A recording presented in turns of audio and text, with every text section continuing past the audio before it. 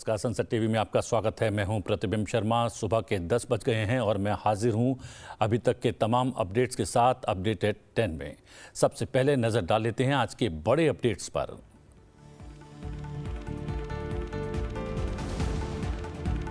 भारत बांग्लादेश के बीच 3 विकास परियोजनाओं का संयुक्त रूप से उद्घाटन आज। प्रधानमंत्री नरेंद्र मोदी और बांग्लादेश के प्रधानमंत्री शेख हसीना वीडियो कॉन्फ्रेंसिंग के माध्यम से करेंगे उद्घाटन। भारत की ऋण सहायता से तैयार की गई है परियोजनाएं।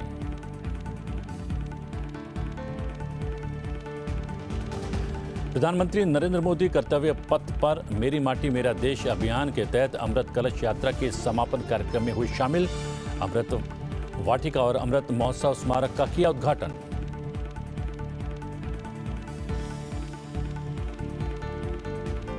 लद्दाख के विकास पर राष्ट्रपति द्रौपदी मुर्मू का बयान। कहा, लद्दाख तेजी से दस्त कर रहा है बहुआयामी विकास। गत 4 वर्षों में बजट को 5 गुना बढ़ाए जाने से सामने आया सकारात्मक नतीजा। राष्ट्रपति आज सियाचिन बेस कैंप का करेंगी दौरा।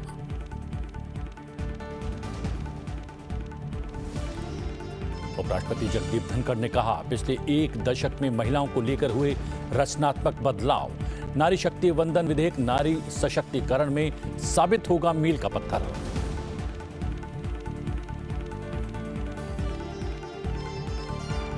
प्रधानमंत्री नरेंद्र मोदी का एशियाई पैरा खिलाड़ियों के साथ संवाद आज।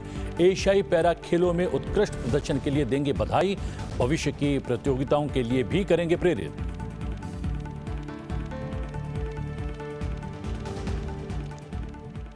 प्रधानमंत्री नरेंद्र मोदी और बांग्लादेश के प्रधानमंत्री शेख हसीना आज सुबह 11 बजे वीडियो कॉन्फ्रेंसिंग के माध्यम से भारत की सहायता से तैयार 3 विकास परियोजनाओं का संयुक्त रूप से उद्घाटन करेंगे। ये 3 परियोजनाएं हैं।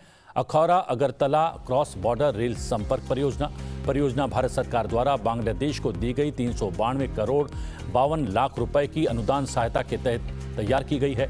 दूसरी खुलना मोंगला बंदरगाह रेल लाइन परियोजना और मैत्री सुपर थर्मल बिजली संयंत्र की इकाई 2 शामिल है। बांग्लादेश में 6.78 किलोमीटर लंबी दोहरी गेज रेल लाइन और त्रिपुरा में 5.46 किलोमीटर लंबी रेल लाइन के साथ रेल संपर्क की कुल लंबाई 12.24 किलोमीटर है। खुलना मोंगला बंदरगाह रेल लाइन परियोजना भारत सरकार की रियायती ऋण सुविधा के तहत 388.92 मिलियन अमेरिकी डॉलर की कुल परियोजना लागत के साथ तैयार की गई है। इस परियोजना में मोंगला बंदरगाह और खुलना में मौजूदा रेल नेटवर्क के बीच लगभग 65 किलोमीटर ब्रॉड गेज रेल मार्ग का निर्माण शामिल है। इसके साथ ही बांग्लादेश का दूसरा सबसे बड़ा बंदरगाह Mongla broad gauge railway network से जुड़ गया है। 1.6 बिलियन अमेरिकी डॉलर के भारतीय रियायती वित्त पोषण योजना ऋण के अंतर्गत मैत्री सुपर थर्मल बिजली परियोजना बांग्लादेश के खुलना डिवीजन के रामपाल स्थित 1320 मेगावाट का सुपर थर्मल पावर प्लांट है। ये परियोजना बांग्लादेश भारत मैत्री पावर कंपनी प्राइवेट लिमिटेड द्वारा कार्यान्वित की गई है। ये भारत की एनटीपीसी लिमिटेड और बांग्लादेश पावर डेवलपमेंट बोर्ड के बीच 50-50 भागीदारी की संयुक्त उद्यम कंपनी है। मैत्री सुपर ताप बिजली संयंत्र की पहली इकाई का सितंबर 2022 में दोनों प्रधानमंत्रियों द्वारा संयुक्त रूप से अनावरण किया गया था और दूसरी इकाई का उद्घाटन आज किया जाएगा। मैत्री सुपर थर्मल बिजली संयंत्र के संचालन से बांग्लादेश में ऊर्जा सुरक्षा बढ़ेगी।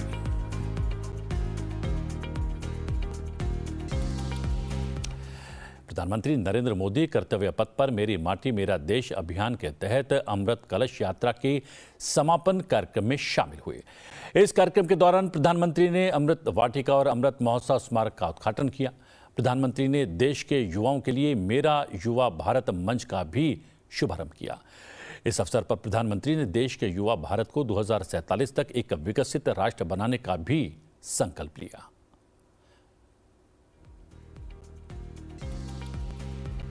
से जोड़ने और पहले से ज्यादा बड़ी भूमिका देने के मकसद से प्रधानमंत्री नरेंद्र मोदी ने मेरा युवा भारत प्लेटफॉर्म लॉन्च किया। मेरी माटी मेरा देश इस अभियान के तहत करोड़ों भारतीयों ने पंच प्रण की प्रतिज्ञा ली है, पंच प्राण की प्रतिज्ञा ली है।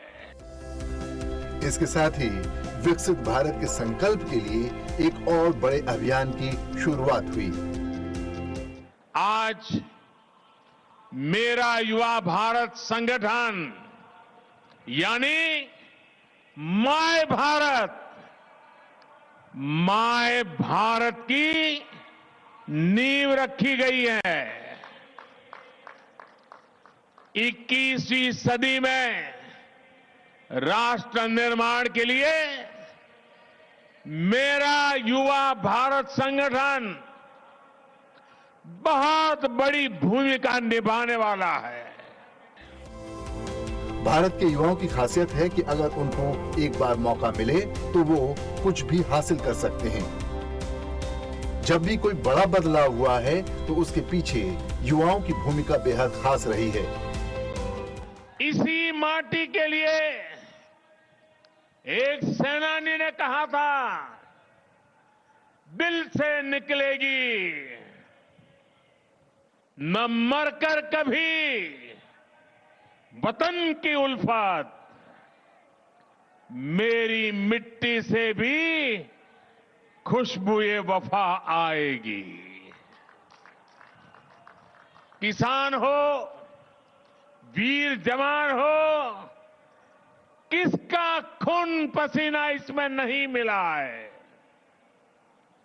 इसी माटी के लिए कहा गया है, चंदन है इस देश की माटी, तपोभूमि हर ग्राम है। माटी स्वरूपा इस चंदन को अपने सिर माथे पर लगाने के लिए हम सब लालायित रहते हैं।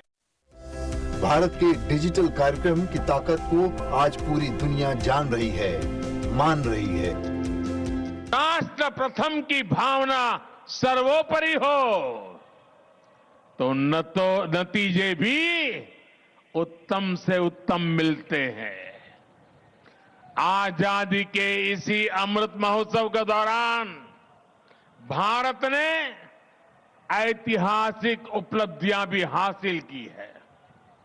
हमने सदी के सबसे बड़े संकट कोरोना काल का सफलतापूर्वक मुकाबला किया। इसी दौरान हमने विकसित भारत के निर्माण का रोड मैप बनाया। अमृत महोत्सव के दौरान ही भारत दुनिया की 5वीं बड़ी आर्थिक ताकत बना। अमृत महोत्सव के दरमियान ही दुनिया में बड़े बड़े संकटों के बावजूद सबसे तेजी से बढ़ती बड़ी इकोनॉमी बना। नया भारत, नया संकल्प, नई सोच और नई राह, यही है हमारे देश के युवाओं की पहचान। युवा नया जोश देते हैं, नया रचते हैं, नया गढ़ते हैं देश के लिए। आज़ादी के अमृत महोत्सव के दौरान पूरे देश में 2 लाख से अधिक कार्यक्रम आयोजित किए गए। इन कार्यक्रमों के दौरान उत्साहपूर्ण जन भागीदारी देखी गई। आइए देखते हैं भारत के समृद्ध इतिहास और विरासत का जश्न मनाने वाले लगभग 2.5 साल लंबे महोत्सव की यात्रा से जुड़ी एक विशेष रिपोर्ट।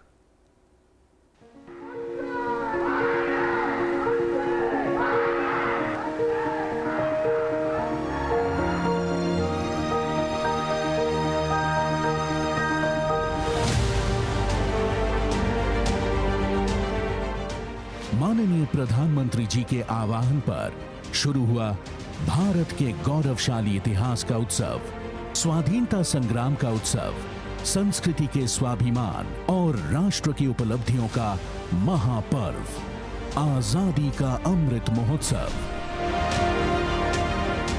हमारे यहां वेदों में एक वाक्य है, मृत्यो मृक्षीय मामृतम, अर्थात हम दुख, कष्ट, क्लेश और विनाश से निकलकर अमृत की तरफ बढ़ें, अमरता की ओर बढ़ें।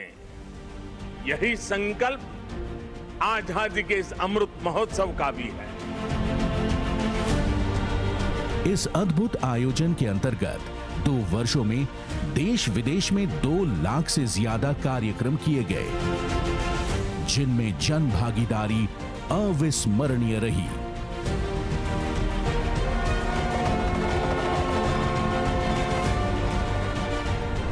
इस पूरे आयोजन को सफल बनाने के लिए माननीय प्रधानमंत्री जी का होल ऑफ गवर्नमेंट दृष्टिकोण अपनाते हुए सभी केंद्रीय मंत्रालयों, राज्यों और निजी संगठनों ने एकजुट प्रयास किए और अमृत महोत्सव की गूंज दूर दूर तक सुनाई दी। राष्ट्रगान अभियान के अंतर्गत करोड़ों जन गण मन की गूंज एकजुट होकर देश की ताकत बनी। हर भारतीय का राष्ट्रीय ध्वज से एक व्यक्तिगत संबंध स्थापित करने के उद्देश्य से लेकर शुरू किए गए हर घर तिरंगा अभियान में करोड़ों लोगों ने अपने घरों में तिरंगा फहराया। आजादी के बाद पहली बार सभी देशवासियों ने मिलकर देश प्रेम का ऐसा आदर्श उदाहरण प्रस्तुत किया।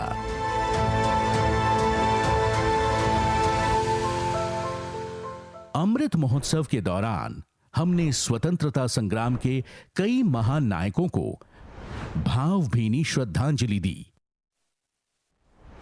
जनजातीय गौरव दिवस के माध्यम से लोगों ने देश के आदि शौर्य को भी सम्मान दिया।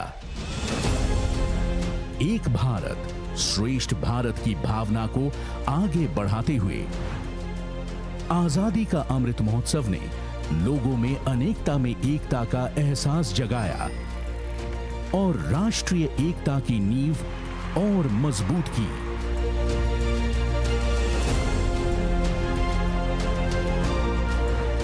अमृत महोत्सव ने संस्कृति को एक महामंच दिया, जहां कलांजलि द्वारा संगीत, नृत्य और नाटक भी हुए। वितास्ता के माध्यम से कश्मीर घर घर पहुंचा।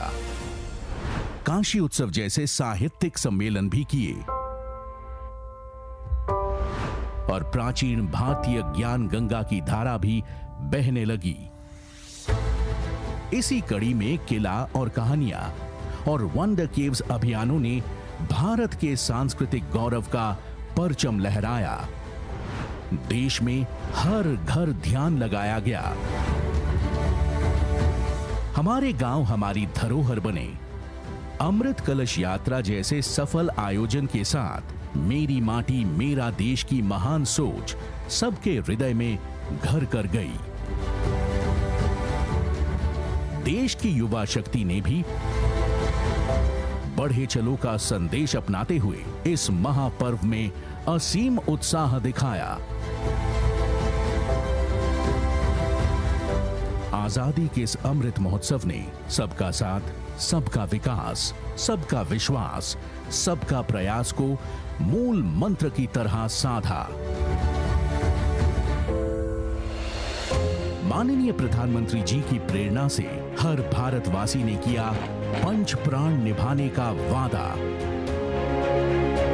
आजादी का अमृत महोत्सव व पंच प्राण की गूंज 140 करोड़ भारतीयों के हृदय में गूंजती रहे। इससे सुर मिलाकर सभी धड़कन यही कहे, जय हे, जय हे, जय हे।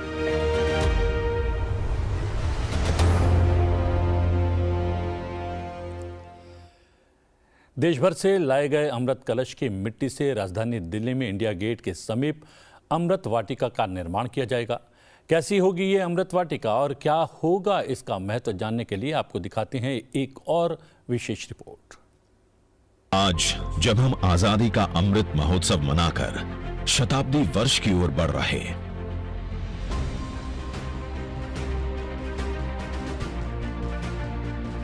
नमन करें उन वीरों को जिनके प्रयासों और बलिदानों ने हमें स्वतंत्र राष्ट्र की आजाद हवा में सांस लेने का अधिकार दिया। इस वीर भोग्या वसुंधरा की माटी के कण कण को वंदन करते, वीरों को नमन करते हम राष्ट्र निर्माण के कर्तव्य पथ पर बढ़ रहे हैं। इस पुण्य भूमि के कोने कोने से माटी एकत्र कर आज हम अमृत वाटिका का सृजन कर रहे हैं। भारत के सभी वीरों के बलिदानों को समर्पित इंडिया गेट परिसर में राष्ट्र की 22 भाषाओं में आजादी के अमृत महोत्सव का ये विशाल स्मारक स्वाधीनता के सभी अमर सेनानियों और आजाद भारत के सभी वीरों वीरांगनाओं को श्रद्धांजलि अर्पित करता है। देश के केंद्र में स्थित इस हरे भरे वातावरण में पूरे देश से लाई गई मिट्टी से इस अमृत वाटिका का निर्माण होने जा रहा है, जिसमें समावेश है वीरों के बलिदानों का और कृतज्ञ राष्ट्र के श्रद्धापूर्ण संकल्पों का। यह देश की राजधानी के हृदय में अमृत महोत्सव की भव्य विरासत के रूप में मौजूद रहेगी। नमन इस देश की माटी का, वंदन इस देश के वीरों का। मेरी माटी मेरा देश। हम आपको बता दें कि विदेश मंत्री डॉक्टर एस जयशंकर ने मंगलवार को अपने पुर्तगाली समकक्ष जोआओ क्राविनो के साथ बातचीत की।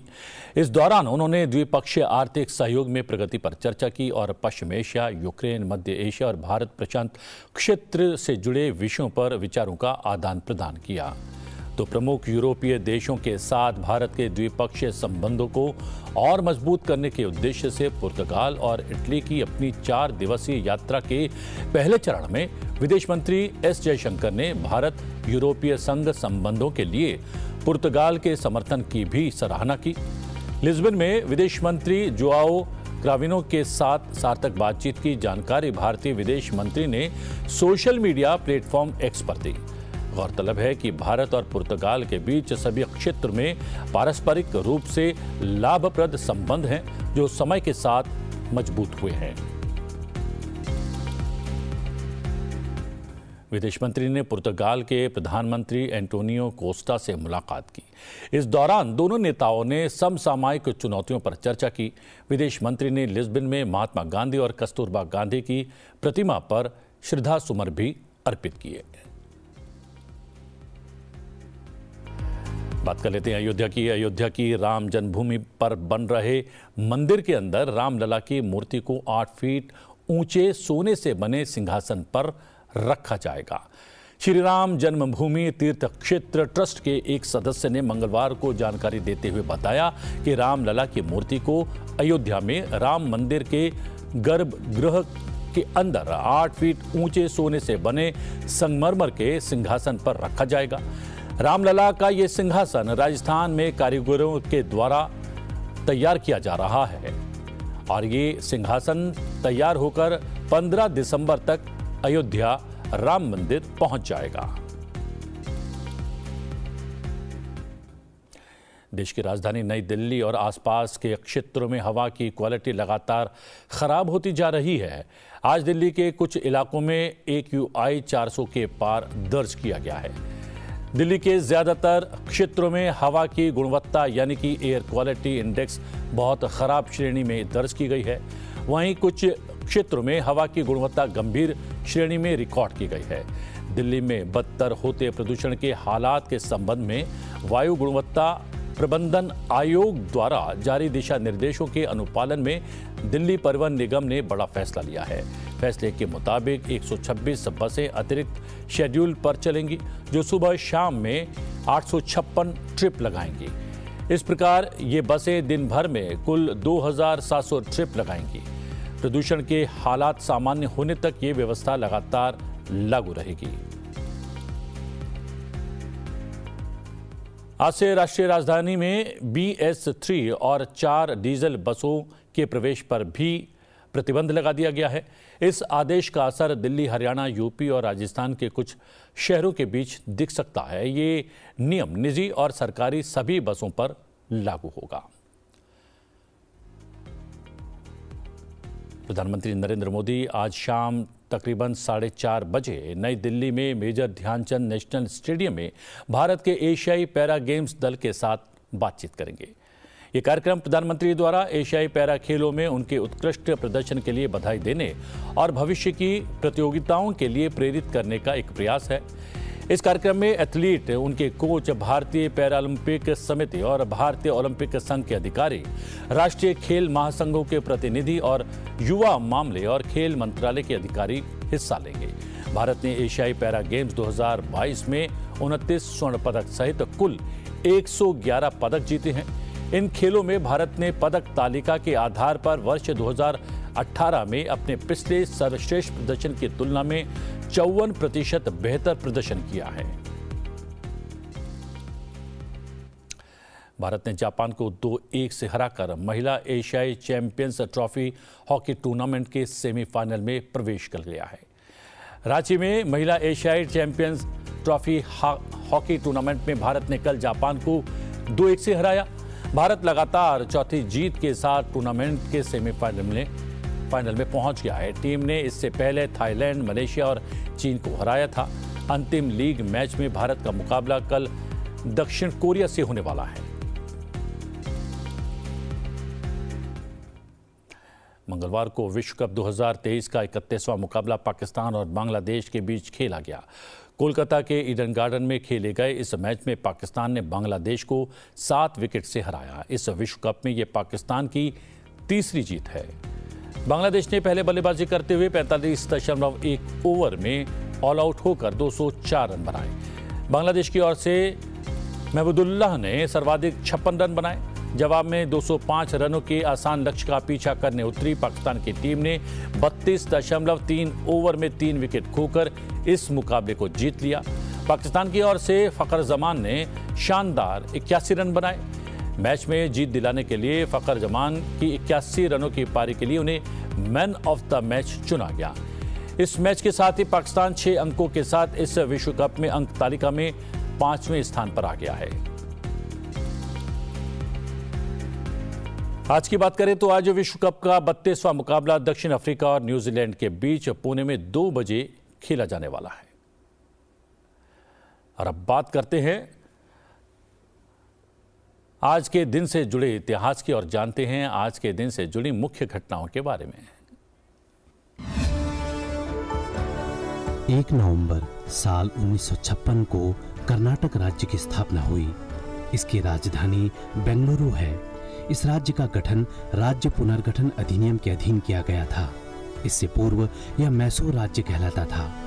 भारतीय शास्त्रीय संगीत के दोनों ही रूप कर्नाटक संगीत और हिंदुस्तानी संगीत को इस राज्य का महत्वपूर्ण योगदान मिला है। आज ही के दिन साल 1956 में ही केरल भारत के नए राज्य के रूप में स्थापित हुआ। इसकी राजधानी तिरुवनंतपुरम है।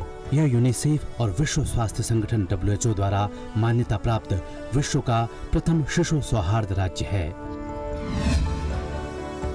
1 नवंबर साल 1966 को भारत गणराज्य के एक अलग प्रदेश के रूप में हरियाणा की स्थापना हुई।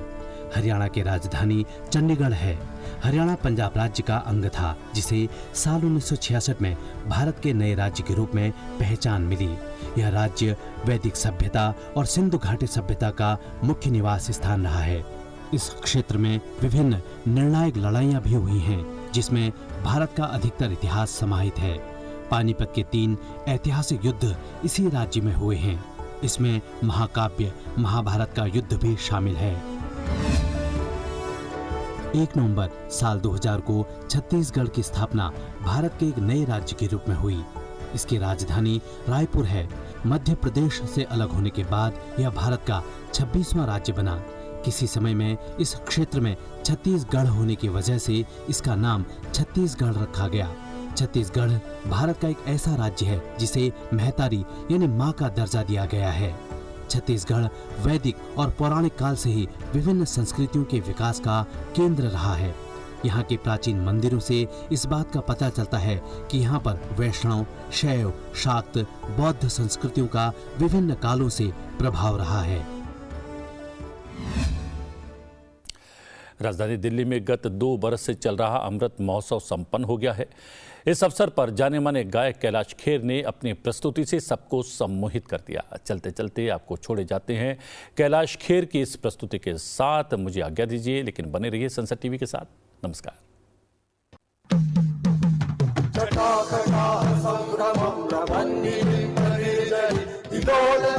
पल्लवी विराजमान मूर्धनि धगत धगत धगत ज्वलल्ललाट पट्ट पावके किशोर चंद्रशेखरे रति प्रतीक्षणं मम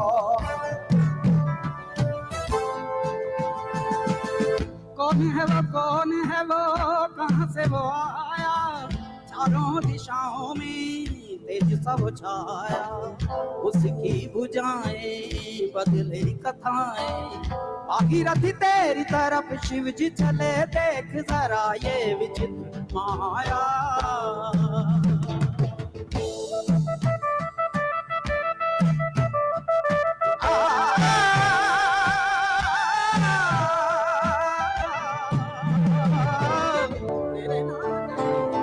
कभी अंबर से सूर्य बिछड़ता है क्या कभी बिन बाती दीपक जलता है क्या कभी अंबर से सूर्य बिछड़ता है क्या कभी बिन बाती दीपक जलता है कैसी है ये अनहोनी हर आंख हुई ना छोड़ गया जो तू कैसे जिएंगे तू ही किनारा तू ही सहारा तू जग सारा तू ही हमारा सूरज तू ही तारा मेरे संग आइए जय जयकार जय जयकार पूरा विजन